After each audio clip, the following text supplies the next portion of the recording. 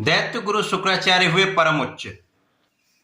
प्रिय दर्शकों, नौ ग्रहों में अत्यंत सौम्य ग्रह, सर्वाधिक शुभता की प्राप्ति कराने वाले तथा इस भौतिक जगत के समस्त सुखों को प्रदान करने वाले दैत्यों के गुरु शुक्राचार्य अपनी राशि का परिवर्तन करने जा रहे। प्रिय दर्शकों, 2 मार्च को शुक्राचार्य मीन राशि में प्रवेश करेंगे और जब इनका मीन राशि में प्रवेश होगा और मीन राशि इनकी उच्च राशि है, इस प्रकार से शुक्राचार्य महाबलवान होने जा रहे हैं। अब जब कोई ग्रह उच्च राशि में पहुंचता है तो उस ग्रह का प्रभाव, उसकी क्षमता, उसके बल में कई सौ गुना वृद्धि हो जाती है तब वो ग्रह अत्यंत सकारात्मक परिणाम प्रदान करता है तथा वो ग्रह अपना संपूर्ण कार्यकत्व प्रदान कर पाता है। जय श्री गणेश। नमस्कार, मैं आचार्य संजय द्विवेदी। मेरे समस्त प्रबुद्ध दर्शकों का मेरे चैनल पे हार्दिक स्वागत है। प्रिय दर्शकों, आज मैं तुला राशि के लिए दैत्य गुरु शुक्राचार्य के राशि परिवर्तन का, उनकी उच्च अवस्था का तथा शनि के साथ 19 वर्षों के पश्चात जो योग बन रहा है उस महायोग का किस प्रकार का परिणाम प्राप्त होगा, तुला राशि के लिए किन किन भावों में प्रबलता आएगी, आपको कितना लाभ प्राप्त हो पाएगा अथवा कहीं पर कोई समस्या या अवरोध है तो उसका क्या निराकरण है, संपूर्ण विश्लेषण मैं पूर्ण तर्क के साथ करने जा रहा हूं। प्रिय दर्शकों, इस राशिफल को आप अपने लग्न तथा राशि दोनों के अनुसार देख सकते हैं। तुला राशि के लिए यदि हम अवलोकन करें तो लग्न तथा अष्टम भाव के स्वामी शुक्राचार्य हैं।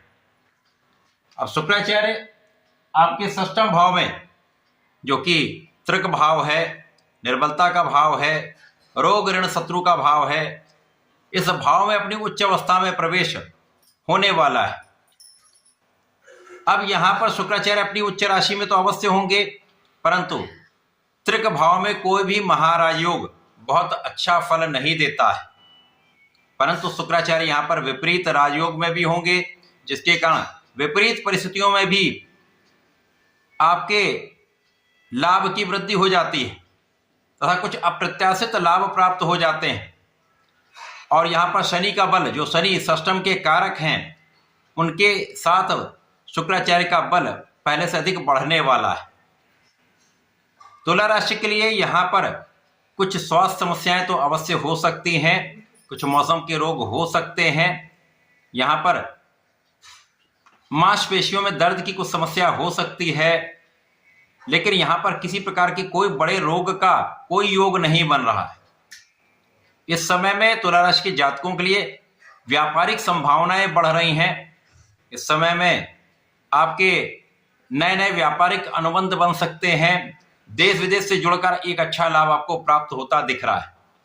जो जातक विदेश में रहकर कार्य कर रहे हैं, विदेश से संबंधित होकर किसी कार्य में है, नौकरी में है, व्यापार में, प्रोफेशन में है, तो यहाँ पर निश्चित रूप से आपके पास अच्छे अवसर होंगे, अप्रत्याशित लाभ अवश्य प्राप्त होगा। इस समय में ऐसी स्थितियां बनती हैं कि जब आप शत्रुओं से भी लाभ प्राप्त कर लेते हैं। शत्रुओं का पराभव तो हो ही रहा है, लेकिन यहाँ पर निश्चित रूप से आपके लिए कुछ विशेष स्थितियां बन रही हैं। आपके लिए आध्यात्मिक भाव अत्यंत प्रबल हो रहा है, आकस्मिकता का भाव अत्यंत प्रबल हो रहा है तथा इस समय में आपके आकस्मिक लाभ का योग बन रहा है। इसी प्रकार से इस समय में आपके विशेष ज्ञान में वृद्धि होगी। स्पेसिफिक क्वालिफिकेशन यदि आप ले रहे हैं तो निश्चित रूप से आपको सफलता मिलेगी, सफलता का एक अच्छा योग बन रहा है। यद्यपि इस समय में कुछ आपको प्रयत्न अधिक करने पड़ेंगे, एक से अधिक प्रयासों में आपको सफलता मिलेगी, परंतु आपका किया हुआ परिश्रम आपके लिए लाभदायी अवश्य होगा। इस समय में शत्रुओं का विनाश निश्चित है तथा आपकी संपूर्ण सुरक्षा इस समय में होगी, आपकी आयु की भी रक्षा होगी। आप धर्म के मार्ग पर भी चलेंगे तो ये समय कहीं ना कहीं आपके लिए कुछ मिश्रित प्रभाव देने वाला है। इस समय में कुछ स्वास्थ्य समस्याएं अवश्य होंगी, परंतु आपके लिए सुखों में वृद्धि का योग बनेगा। आपके सुख संसाधन बढ़ने का योग बन रहा है, आपके माता पिता के सुखों में वृद्धि होगी तथा इस समय में आपके ज्ञान के भाव की विशिष्टता आपको प्राप्त होगी। जो विद्यार्थी गण हैं उनके लिए कुल मिलाकर समय अनुकूल हो रहा है, जब आपका किया हुआ परिश्रम आपको अच्छे परिणामों की प्राप्ति अवश्य कराएगा। केवल आपको अपने लक्ष्य पर केंद्रित रहना है, सही दिशा में सही प्रयास करना है। जितना प्रयास आप कर सकते हैं, जितना आप परिश्रम कर सकते हैं उतना करिए। यदि आप सही परिश्रम कर लेते हैं तो ये समय आपको अच्छे परिणाम की प्राप्ति अवश्य कराएगा। इस समय आपका विवेक बहुत अच्छा रहने वाला है। इस समय आपकी नेतृत्व की क्षमता बहुत अच्छी रहने वाली है। और जब आपके अंदर ऐसा गुण होता है, आपका आत्मबल अच्छा होता है, पिता का सहयोग मिलता है, तो आप अपने लक्ष्य पर केंद्रित होकर आगे सफलता की प्राप्ति भी अवश्य करते हैं।